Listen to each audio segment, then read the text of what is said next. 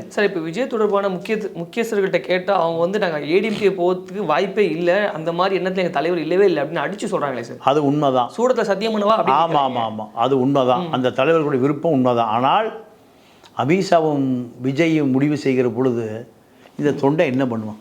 சூடத்தை மட்டும் வச்சுக்குவான், சத்தியம் மட்டும் பண்ணலாம், சத்தியம் மட்டும் பண்ணலாம். திமுகவையே மிரட்டுகிற பொழுது, எம்ஜிஆரையே மிரட்டுகிற பொழுது, சசிகலாவிடம் இருந்த 5 லட்சம் கோடியில் 2 லட்சம் கோடி 3 லட்சம் கோடி வலிச்சிட்டு போயிட்டான். 3000 அதிகாரிகள் 300 இடத்துல சசிகலாவுடைய சொத்துக்கள் பூரா பறிக்கப்பட்டது. அப்போது இதையெல்லாம் மீறினாளா விஜய்? இதெல்லாம் மீறி அவரால் பிஜேபி ஆர்எஸ்எஸ்ஸை உளவுத்துறை ஐபியை எதிர்த்து, இடியை எதிர்த்து, ஐடியை எதிர்த்து நிற்க முடியுமா?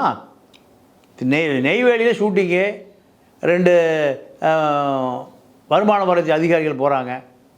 பழைய டப்பா காரில் ஏற்றி சென்டரில் உட்கார வச்சு அந்த பக்கம் ஒரு அதிகாரி இந்த பக்கம் அதிகாரி எங்கேருந்து கூப்பிட்டு வந்தாங்க?